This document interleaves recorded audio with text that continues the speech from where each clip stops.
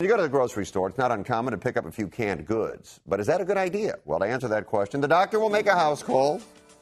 It is our pal, Dr. Yvette David. Hello, Yvette. Hi, Fred. How are you? Good, thank you. All right, big study released today says there is a chemical in canned foods that poses serious health risks and possible cancer links. How should we adjust? What should we do?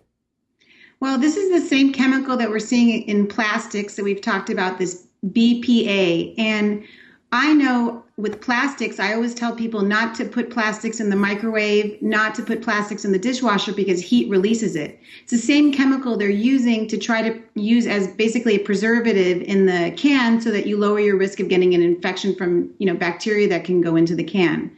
But it's a very difficult thing. The companies that are making the canned foods are trying to figure out an alternative, but even those alternatives could have issues that we don't know yet and won't know for years. Is it safe? Is it safe to buy them? Is it safe to eat the food from the cans?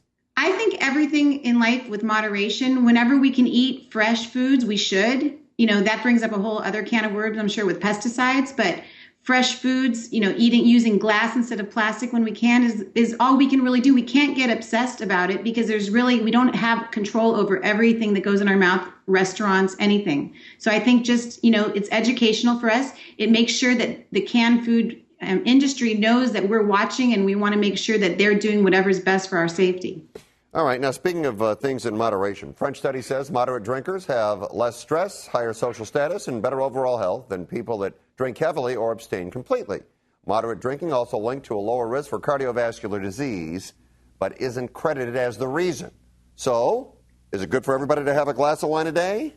Again, where did this come from? France, okay, the exporters of wine.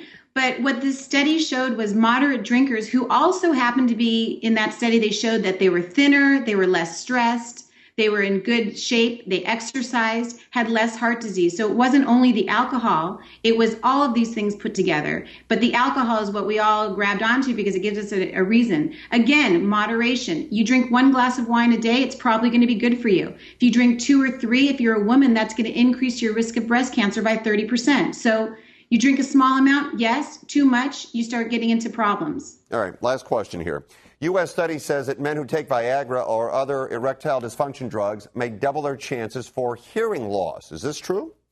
Yes. Unfortunately, we keep learning more about drugs as they're on the market longer. In 2005, they talked about people that lost their vision. That's because the optic nerve got damaged in rare people, but when it happens to you, you're the 100%. In 2007, they noticed that people with Viagra also had a 2-fold increased risk of hearing loss. And they don't know why. They think it may be because it increases blood flow and the nerves to the ear can't handle that increase of blood flow. But they looked at 11,000 people and they found that in these 11,000 men over 40, they had 2-fold increase. So I do believe it's real, and it's something that doctors and patients need to discuss. It's all about risks and benefits, and some people, the risk might be worth the benefit because it's a possible risk where they see a benefit, and other people, they could say, I don't want to take a chance.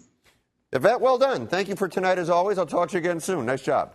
Nice talking to you. Thank you. All right.